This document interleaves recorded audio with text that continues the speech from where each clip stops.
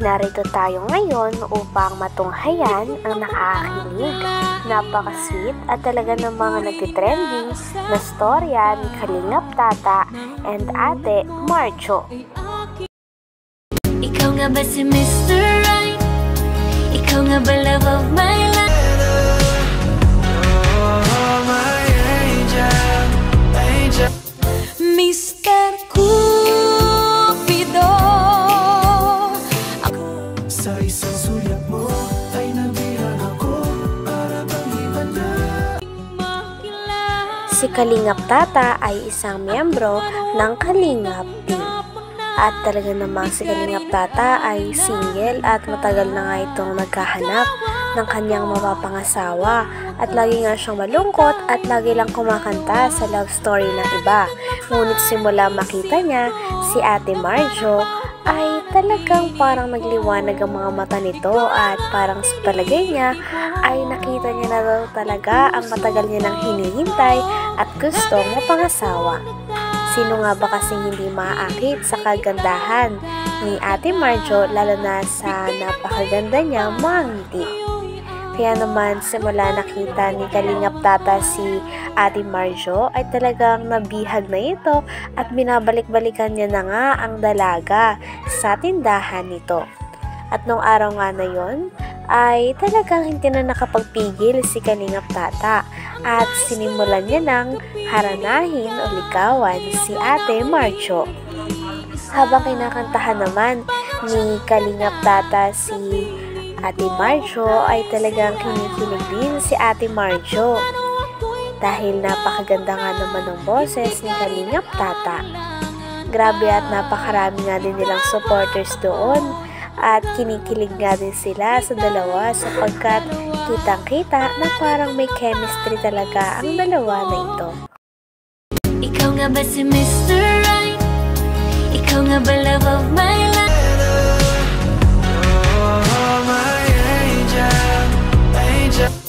Mr. Cupido, sa isang sulyap mo ay nabihan ako para bang ibanda. ikaw nga ba si Mr. Right? Ikaw nga ba love of my life? Oh, my angel, angel. Mr. Cupido, Sa isang sulyap mo ay nabihan ako para bang ibanda. Sa video nga na ito ay talaga makikita din natin kung gaano kabait si Ate Marjo sapagkat habang kinakantahan siya nila Kalingap Tata ay tinatanggap niya lang ito at nagsasmile lamang siya. Kaya dahilan naman kung bakit mas lalo pang nabibihag ang puso ni Kalingap Tata. Talagang pinuri nga ni Kalingap Tata ang mga ngiti at ang kagandahan ni Ate Marjo. Pati rin ng mga kasama ni Kalingap Tata ay talagang botong-boto nga at pinupush si Kalingap Tata sa panliligaw kay Ate Marjo. Sapagkat napakaswerte nga naman kung sasagutin siya ni Ate Marjo dahil sa kagandahan nito. Nagpatuloy lamang ang pagkanta ni Kalingap Tata sa dalaga na ito habang sinusuportahan naman si Kalingap Tata ng kanyang mga kasama. Habang kinakantahan din ng Kalingap Tata si Ate Marjo ay hindi na rin tumigil sa kakangiti ang dalaga na ito sapagkat kitang-kita din na kinikilig at talagang nai-impress siya sa boses ni Kalingap Tata na napakaganda nga naman tuwing kumakanta. Habang si Kalingap Tata ay todo pasikat sa kanyang pagkanta dahil gusto niya rin na talagang mapasagot o makuha ang napakagandang dalaga na ito. ikaw nga ba si Mr. Right? Ikaw nga ba love of my life? Oh, my angel, angel. Mr. Cupido, Sa isang sulyap mo ay nabihan ako para bang ibanda. ikaw nga ba si Mr. Right? Ikaw nga ba love of my life?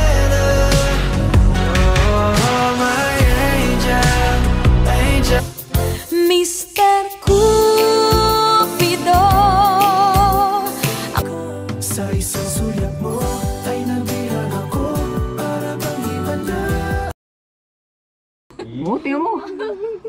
Si Ismail, sangiti pa lang. Sa iyong ngiti, masdan kita. Nang di mo alam, pinapangarap ko ikaw ay akin. Ay, grabe. Pandas pa ta. Sige, tuloy mo tol. Tuloy mo tol. Pulang labi. Ay, mapula talaga ang labi niya. Matingkad mong ngiti. Matingkad talaga ang ngiti niya. Maabot hanggang sa langit. Huwag ka lang titingin sa akin at baka mawang puso kong sabik sa iyong ngiti. Ay, grabe ngiti talaga Ako'y yan. nahuhumaling at sa tuwing ikaw ay lalapit, Dito na ang yung mundo araw-araw. ko'y tumitigil para lang sa'yo. Wow. Ang awit ng aking puso. Sana all. Nang natapos na nga ang unang kanta ni Kalingap Tata, ay tinanong din nila si Ate Marjo kung nag-e-enjoy ba ito.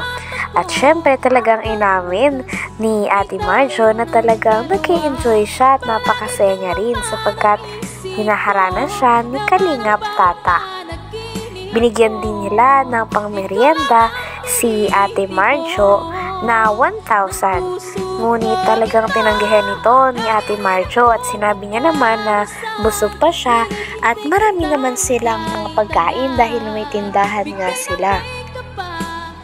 Dahil sa hindi pagtanggap ni Ate Marjo ng pera ay talagang makikita ng mga tao na napaka-genuine at napakatotoong tao niya sapagkat hindi niya talaga tinatanggap ang mga pera at hindi rin siya ganung tao na umaasa sa pera. At dahil nga dito ay talagang parang na-fall pa nga talaga si Kalingap Tata. At pagkatapos naman nun ay inabutan nga nila ng flower si Ate Marjo. Kaya naman talagang todo ngiti ito at tawang-tawa ito sa mga kasama ni Kalingap Tata dahil lalong nakakakilig ang mga support at hiyawan nila. Pagtapos namang abutan ni Kalingap Tata si Ate Marjo ng flower, ay tinanong niya din kung pwede daw bang manligaw.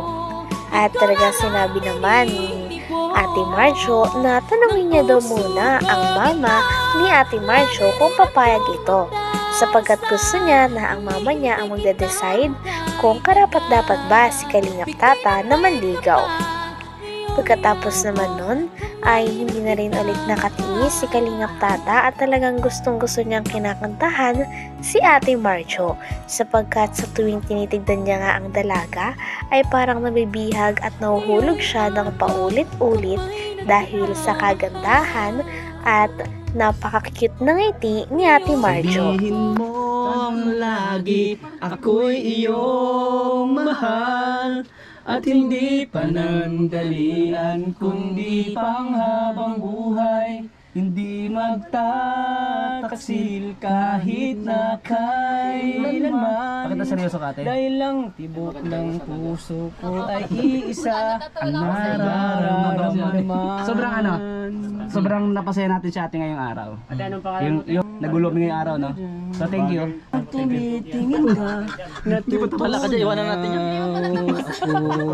Ako, bakit kapag lumalapit ka, kumakabog ang puso ko? Bakit kapag nandito ka, nababaliw ako? Baliw ka na? Nababaliw sa tuwa ang puso ko. Sa isang sulyap mo ay nabihag ako, para bang himala ang lahat ng ito. Sa isang sulyap mo, ayos na ako. Sa isang sulyap mo, napaibig ako.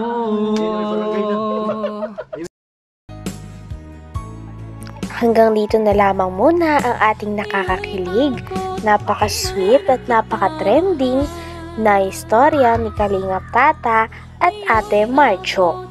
Maraming salamat sa inyong panonood. Hanggang sa muli. Bye!